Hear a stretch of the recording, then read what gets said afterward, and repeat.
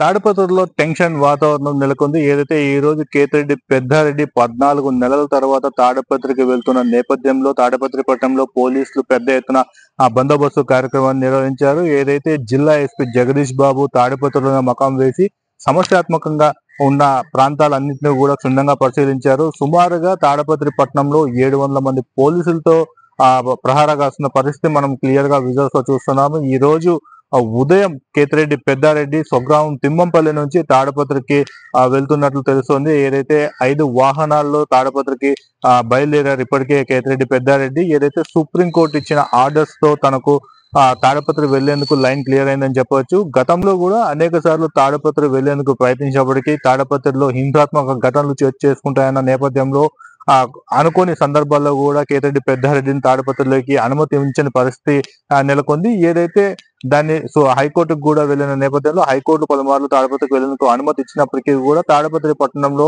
కేతిరెడ్డి పెద్దారెడ్డి వెళ్తే జరిగే పరిణామాలపైన కూడా మరొకసారి కోర్టుకు వెళ్లిన పరిస్థితులు ఉంది. అయితే దాన్ని సవాల్ చేస్తూ సుప్రీం కోర్టుకు వెళ్లిన కేతిరెడ్డి పెద్దారెడ్డి ఆ సుప్రీం కోర్టు కూడా తాడిపత్రికి వెళ్ళొచ్చని చెప్పేసి లైన్ క్లియర్ చేయడంతో కూడా ఈ రోజు కేతిరెడ్డి పెద్దారెడ్డి తాడిపత్రికి బయలుదేరారు. ఏదైతే కోర్టు ఆర్డర్స్ ను తాను గౌరవిస్తుందని అలాగే జిల్లా పోలీసులకు కూడా తన ప్రత్యేక కృతజ్ఞతలు తెలిపారు.